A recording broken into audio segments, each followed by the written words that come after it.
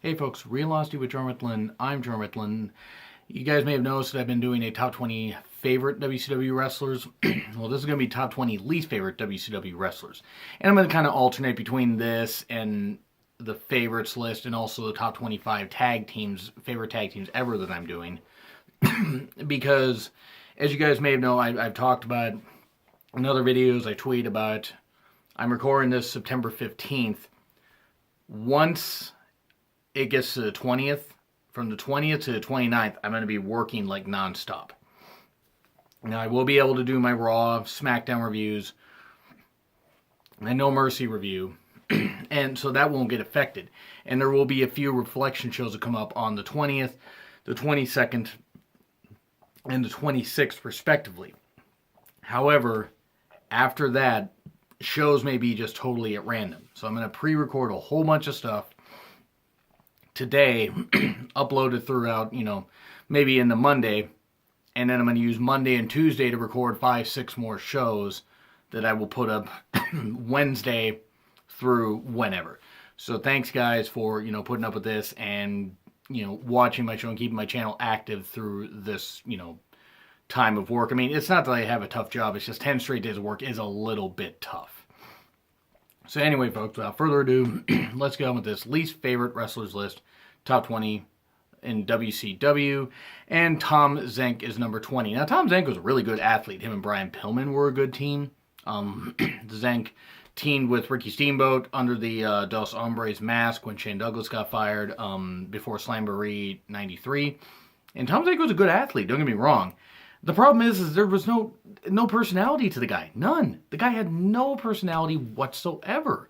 I can't think of anything remarkable that he did. Like I said, good athlete. I mean, really good in the ring. He had some good high-flying moves.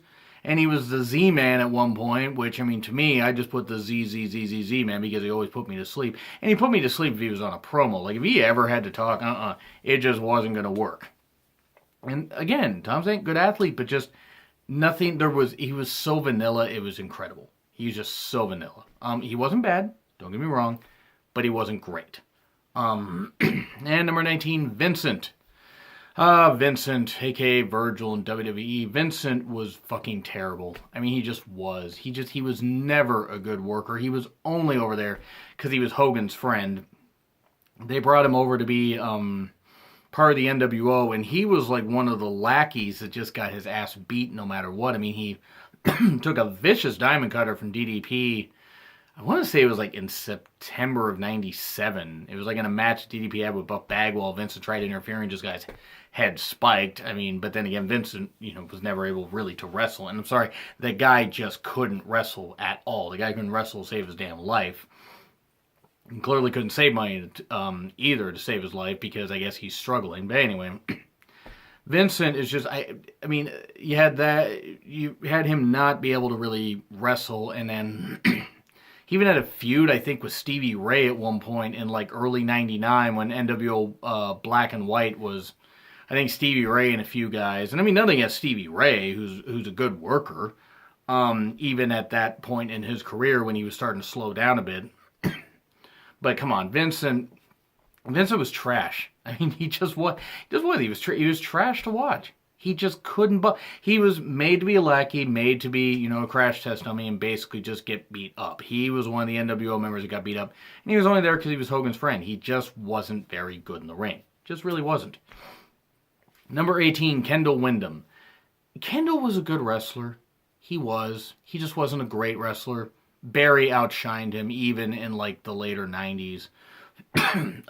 He was part of the West Texas Rednecks, which is a pretty underrated faction in WCW and otherwise, because I enjoyed the whole rap is crap thing because they were feuding with Master P's and No Limit Soldiers, and Master P had no goddamn business in wrestling at all. None. He was trash rapper. Trash, trash celebrity, but whatever. I mean, I don't know about trash human being. He just didn't belong in wrestling because the No Limit Soldiers were shit. Just the absolute shits. Kendall Windham, though, pretty much the same thing with Tom Zenk. There just wasn't much to him besides what he did in the ring. He just was very flat. He was just flat on the mic. He was, like I said, he was a good wrestler. He wasn't a great wrestler. He wasn't wasn't terrible. He wasn't like a bad person or anything. He just wasn't somebody where you're like, okay, I'm like, oh, I can, put this guy on a marquee and he could help draw a house. No, he really couldn't. I mean, again, not a bad worker, but just not anybody that was above mid-card, and I mean, mid-card tag team at best. I mean, the Wyndham brothers were fine as a team, but Kendall on his own, especially, that just didn't work. He just wasn't good enough to carry himself. At least in WCW. Maybe on the independents he could have, but not in WCW. Now we go to number 17, the Renegade, and I've said it before in videos, it's terrible that the man felt the need to take his own life. It's terrible, and I think he was 33, 34, and he had been released from his contract, WCW contract, in early 99, and severely depressed, took his own life, and that's terrible. That part's terrible.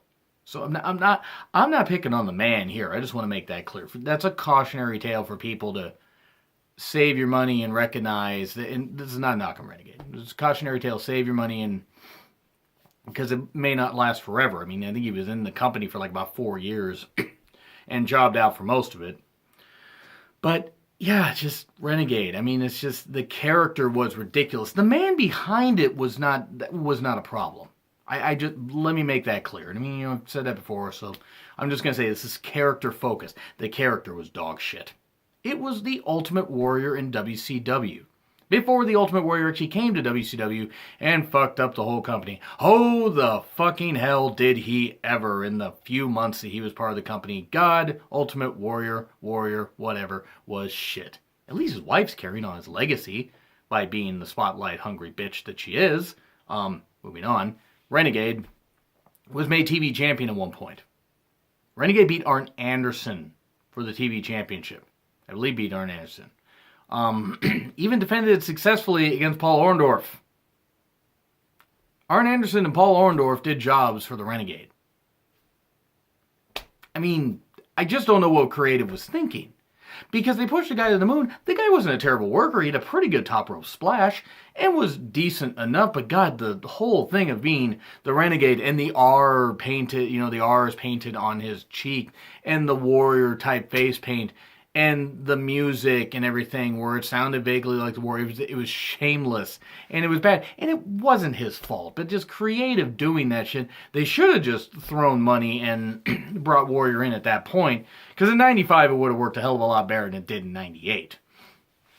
But yeah, Renegade was it was a really bad character. It was really, really bad. And once he lost the TV championship, he lost it, I believe, to DDP in 1995, like later 95, he was sent right down the card.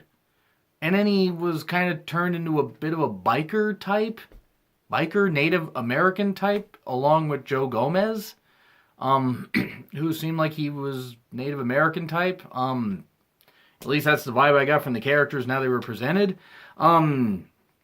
Yeah, that just didn't work. I mean, he hung around the card for a while, mostly did jobs, and it's just any incarnation. Whereas the Ultimate Warrior ripoff or the biker, Indian, Native American, whatever type that he did, just wasn't any good. And Renegade was not good. The character just wasn't any good. The guy was bad in the ring. The character just wasn't any good. Number 16, Brian Knobbs. I thought of putting the Nasty Boys on here, but I'm going to stick with the rules that I put for the top 20 favorite WCW wrestlers I did, and that no tag team is going to make it. Because I'm already doing a favorite tag teams of ever, and some WCW tag teams are on there, as you guys will find out as you keep watching the shows. But Brian Knobbs, the reason I'm including him here is because they gave him a singles run and put him in the hardcore division. And it makes sense because the dumb fuck couldn't work. Couldn't work at all. I mean, he just couldn't. Oh, he could swing trash can lids. He could swing chairs. He could throw tables at people. He could do that kind of stuff. He could do dog collar stuff. And yeah, some of that stuff happened in tag matches. But just Brian Knobbs, it's like, I mean, that guy, the only reason that I think he got any looks or was even in the company longer is I believe he was friends with Hogan. I don't know if he still is friends with Hogan, but God, the Nasty Boys in general were shit. I mean, they were one of the worst damn tag teams I've ever seen. I mean, like, as far as ones that got big success. I just never understood the appeal. And people are fans of them, that's great. But Brian Knobbs, dog shit. It's like watching dog shit, try to wrestle. Because, the pit stop thing was disgusting. That whole thing. And it's just, you take weapons out of his hands, the guy couldn't work. He couldn't. He couldn't. And if that was any evidence, look at their 2010 short Impact Wrestling run, which neither guy should have manned the ring at that point. At least Sags looked like he still moved. Knobbs couldn't. Knobbs was even on Hogan Knows Best at one point, yes, which I did happen to watch back when it existed. And Knobbs had a cane. Maybe he had hip problems or knee problems. I don't give a fuck. I don't want the guy to be crippled, but it's like, I don't know. I couldn't be bothered to check that out. But Brian Knobbs is like, like I said, take the weapons out of his hand. What do you have? You have mediocre worker that couldn't do anything. Oh, he could shout and he could do a whole bunch of shit. That's really about all he could do. Number 15, Ice Train. Ice Train was a good powerhouse, and that's it. Really, what else can Ice Train do? Ice Train beat Scott Norton at one point at Fall Brawl 96, which I did a review of that, by the way. It's on, on the channel. Just check it out. It's a little bit below this one. But he was another one that was like, it was a powerhouse, and that was it. No personality. None. At least none that he was allowed to display on TV. He just wasn't any good. And I want to clarify, by the way, before I continue about Ice Train, Warrior is not on here. Because even though Warrior spent a time in WCW and he was absolute shit in the ring, I'm focusing on people that at least had a bit of a run. You had to have at least about 6 months or something like that of a run. 6 months to a year as a single star. And Warrior was around for a couple months. Don't get me wrong, Warrior gets an honorable mention for being a piece of shit worker and piece of shit human being. And getting paid a boatload of money to basically shit on the company. Not that WCW didn't screw over people, but of course Warrior just got his money because that's all he cared about. But back to Ice Train. I just can't think of anything interesting that he ever did. Ice Train just wasn't an interesting character. He wasn't an interesting character. He could hit some good power moves. He, at one point, kind of got the crowd fired up. I know he was in the 93. He was sporadically in the company. I know he made a return in late 99, early 2000 for whatever reason. But he was a guy that just, nothing popped whenever I saw Ice Train in the ring. Just nothing ever popped. I just don't know what it was. Nothing ever appealed to me when I watched Ice Train in the ring. So anyway, that's where I'm going to leave that off. I'm going to leave that off, like doing the same amount of number that I did for my least favorite, or my favorite wrestlers list. So, they can kind of be even. Anyway, do you agree with what I've said so far? Do you disagree? Like, share, comment, subscribe. Twitter link is in the description. It's been Real Honesty with John Ritlin. I'm John Ritlin, and I will see you soon.